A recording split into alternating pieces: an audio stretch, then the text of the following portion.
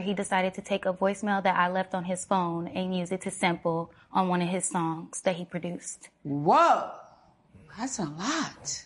He's your boyfriend. Ex-boyfriend for over a year. With the emphasis on ex. For over a year. But at some point you all were in a relationship. Yeah, we dated for 2 years before we decided to end things. So why did you decide to end things?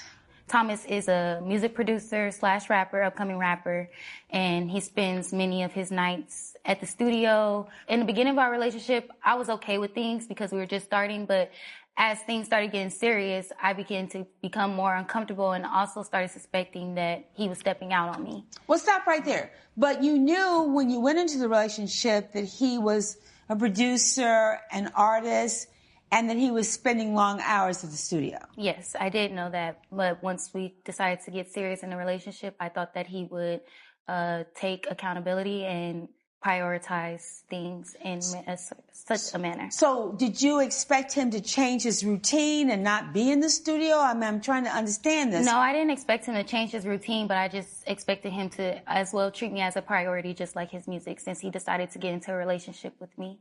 Okay, so this is like dating a guy who works the midnight shift, right? And then you get in the relationship and he's at work and he's not at home. So how does that work? You want him to make his music the same level of priority. So how does he get to be in the studio to do what he needs to do and still be at home with you? Which I understood. So I tried to compromise. That's what a relationship is about. So I would ask him, can I come to the studio with you? Can I spend some nights with you?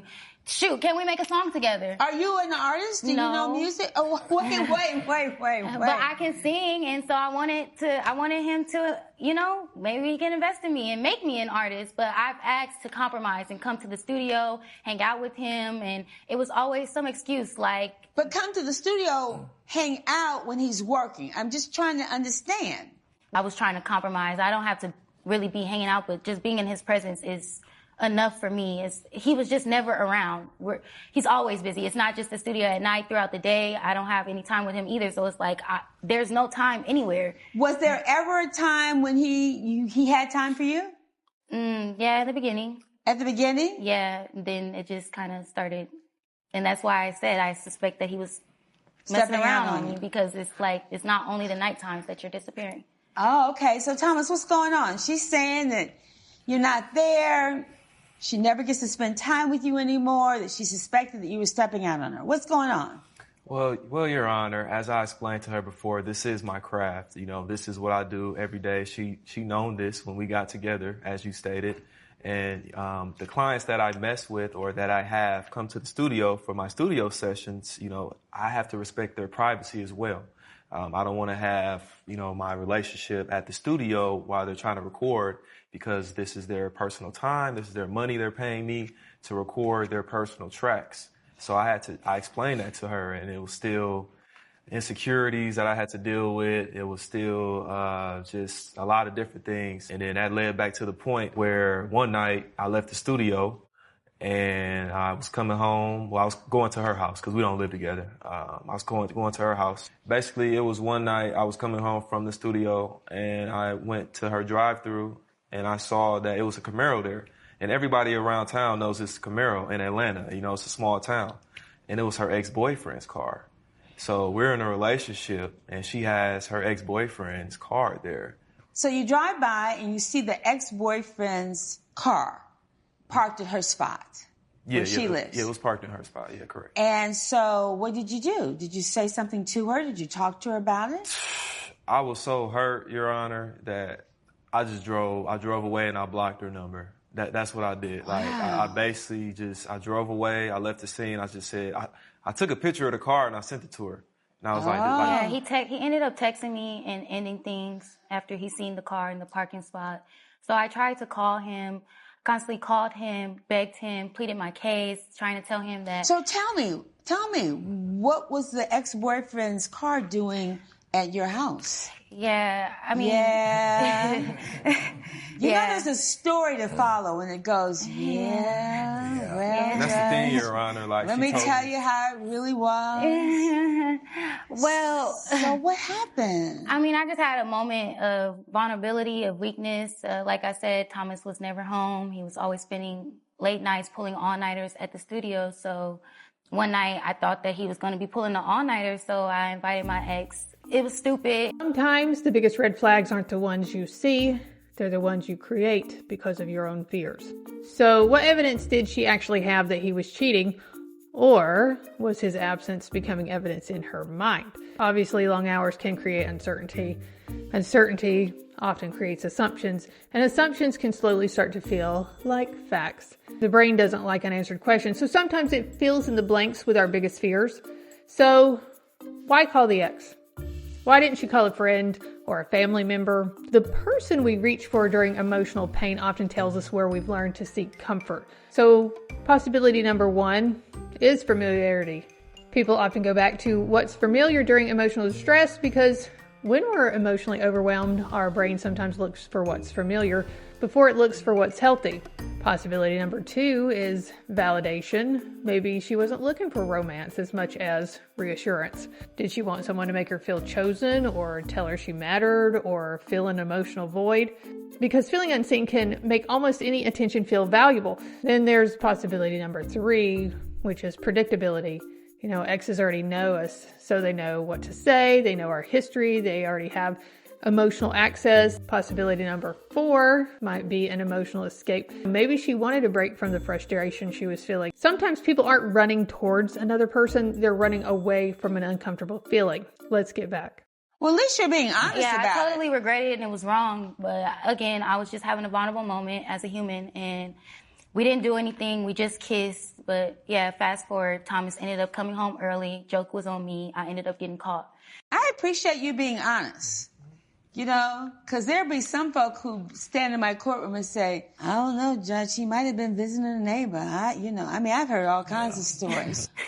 I respect the fact that you said exactly what happened. Yeah. You were feeling lonely, vulnerable were your words, and that you made a mistake.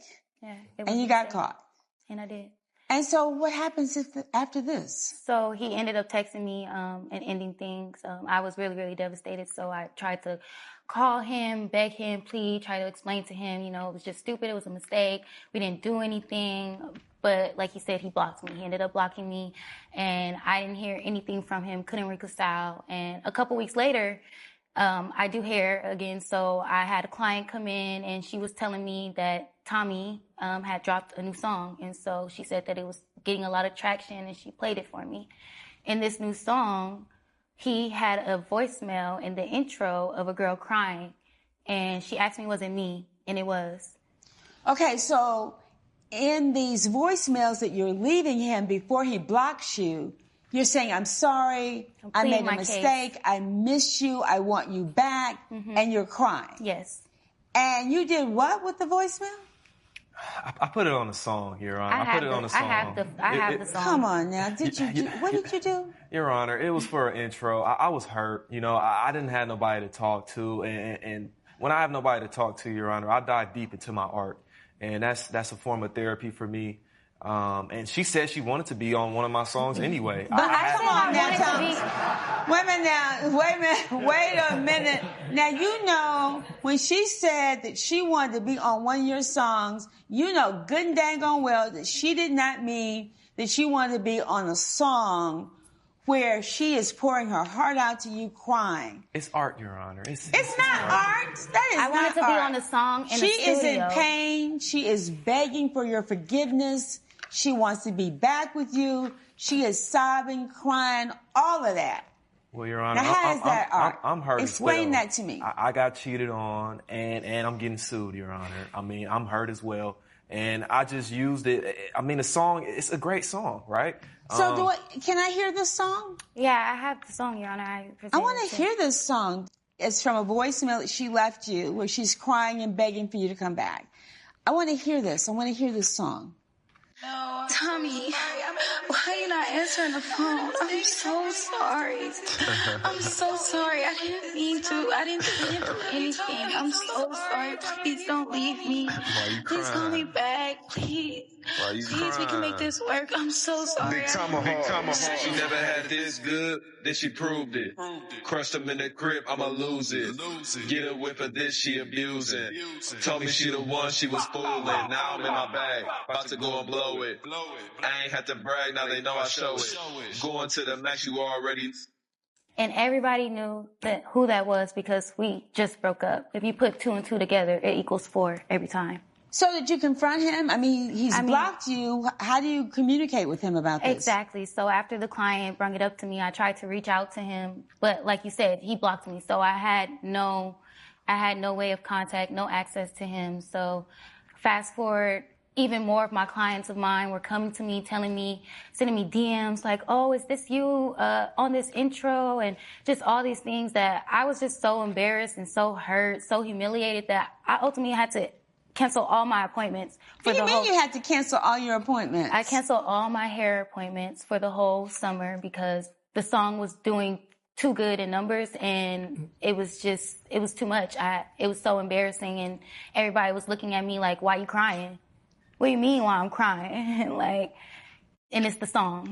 Like. So wait a minute, you're a hairstylist. You cleared your book for how long? For 3 months. For 3 months. So how did you live for 3 months? Yeah, it was pretty hard. I had to penny pinch from my savings and credit cards, and I'm a bit backed up in debt now because of that, and that's why I'm here today, because I didn't send that voicemail for him to use it in a song to mock my hurt. It was private, and it was vulnerable, and I was really trying to reconcile what we once had. And because of that, I had to be out of work for 3 months and lose almost $15,000. Was it okay for him to use her voicemail? Creative work can be a way people process painful experiences. However, people don't all heal the same way, and when it crosses into someone else's harm, I think that's where it crosses the line. To me, he crossed that line. So, why did this affect her so deeply? Her pain became public. She lost control of her private moment. Every client reminded her of the breakup. She couldn't move on because people kept bringing it back up. So sometimes it's not the original event that keeps hurting us. It's being forced to relive it over and over. I would still key in on if she was embarrassed or if she just felt ashamed, because embarrassment is often about what happened, and shame can involve feeling exposed or judged. So having dozens of people ask about a deeply emotional voicemail can make it difficult to leave that experience behind. All of this is nuanced. And it just raises another question. Can someone experience consequences from their own actions and still be genuinely hurt about how someone else responds? Let's get back. All right, Thomas, talk to me. How do you, in any reasonable world, justify this behavior?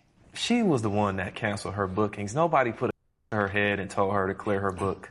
I mean, that's her job. That's her craft, just like I have my craft, right? So, I mean, I feel like that's on her. Even if you didn't want to be back with her, why would you take such a vulnerable piece of her message and put it out to the world? How well did the track do? It did really well, Your Honor. The first week, I ran up about one of his songs. 10K, 20K, around there, profitable. It's a very profitable song, Your Honor. And you feel that this was okay? I mean, artists do it all the time. Can you show me any of these artists who took something like this and used it without the woman's permission? Well, I have her permission. I have... let me see the permission. I have text messages right here. Oh, let me see those. That says that she wanted to be on the song. So. Oh, that she wanted to be on a song? Yeah, there you have it, Your Honor. And you really think that this meant that she wanted to be on a song like this, like that, hey. Sobbing and crying and carrying on? Hey, he knew exactly when you're what I gonna meant. let me come be on a song with you, I can sing. She didn't even say sing, sing. Okay, baby, I got you. I think that meant that she wanted to sing on some track that you were doing. Not have a vulnerable private voicemail on your track. How much money have you made? $50,000. $50,000? Okay. I would just like to say something, Your Honor. Please. Nobody ever knew that it was her until she told people at her salon that it was her. They were coming to me. They obviously knew it was me. I never came out of my mouth and said it was her. She was the one first.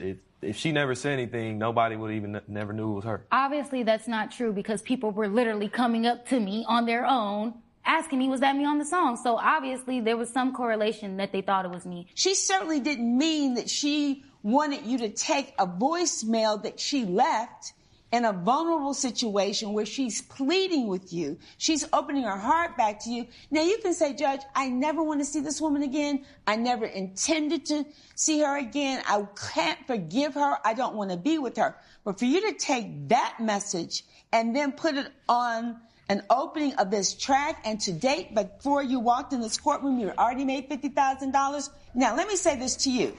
I don't know that you really ought to get the full $15,000 because for you to crawl up and shut yourself off from the world and clear your book for 3 months makes no sense to me. Makes no sense to me because that is your livelihood. You need to have gotten into some therapy. You need to say to your clients, get out my business. And I know that's harder. That's easier said than done. But for you then to just shut your life down for 3 months, because I know in this business that clients may not come back. Yeah, I actually lost a couple clients. Right. Over this? So you need to hold your head up high. It was a thing that happened in your life. You need to shake it off, go into therapy if you need to go into therapy, and you need to get on about your business. Does intent matter more than impact?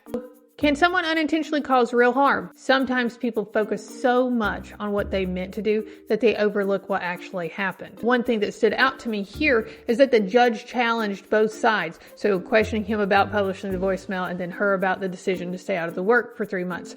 Instead of her making one person entirely right and the other person entirely wrong, I love that she treated it with nuance. So who do you think bears more responsibility for what happened after this breakup? The producer for using the voicemail? The ex-girlfriend for stepping away from work for 3 months? Or do you think responsibility is shared between the two? And why? Let me know in the comments and make sure to share with your friends and see where they're at. Team him or team her? Let's keep going. You need to shake it off, go into therapy if you need to go into therapy, and you need to get on about your business. Because a man who would do this to you, you don't need to be with him. Do you understand? And you were wrong to take that recording and do that. I mean, you were just wrong. You could have reenacted it with somebody else. Exactly. I was hurt, Your Honor. I got cheated on, and I was made fun of by by my friends, and everybody knows a card. Like, what am I supposed to do? You were supposed to be a man about it. Say this was a painful situation. I'm not going to be vindictive. I'm going to go on with my life. If you had basically taken what she said and had another woman record it, I wouldn't give her a dime. But the fact that you took that voicemail and that you used it for the intro for that piece, and you have already made $50,000 and may well make a lot more, it's a lesson. Sometimes a painful, costly lesson, but you will pay her $15,000. And if there's nothing further, we will stand adjourned. What's interesting about this case is that neither side was defined by just one decision. It became a story about expectations and trust and vulnerability and accountability and ultimately what we choose to do after we've been hurt. Those choices are what changed both of their lives. So the moral of the story is that private moments are called private for a reason. Trust can be broken in an instant, but deciding what to do with someone else's vulnerability is a choice all on its own. So let's do better by remembering that being hurt doesn't automatically make every response the right one. Now, my final question for you. Who do you think crossed the bigger line in this case? Her for inviting her ex over, or him for turning one of her most vulnerable moments into a hit song? Let me know why. Put your answers in the comments.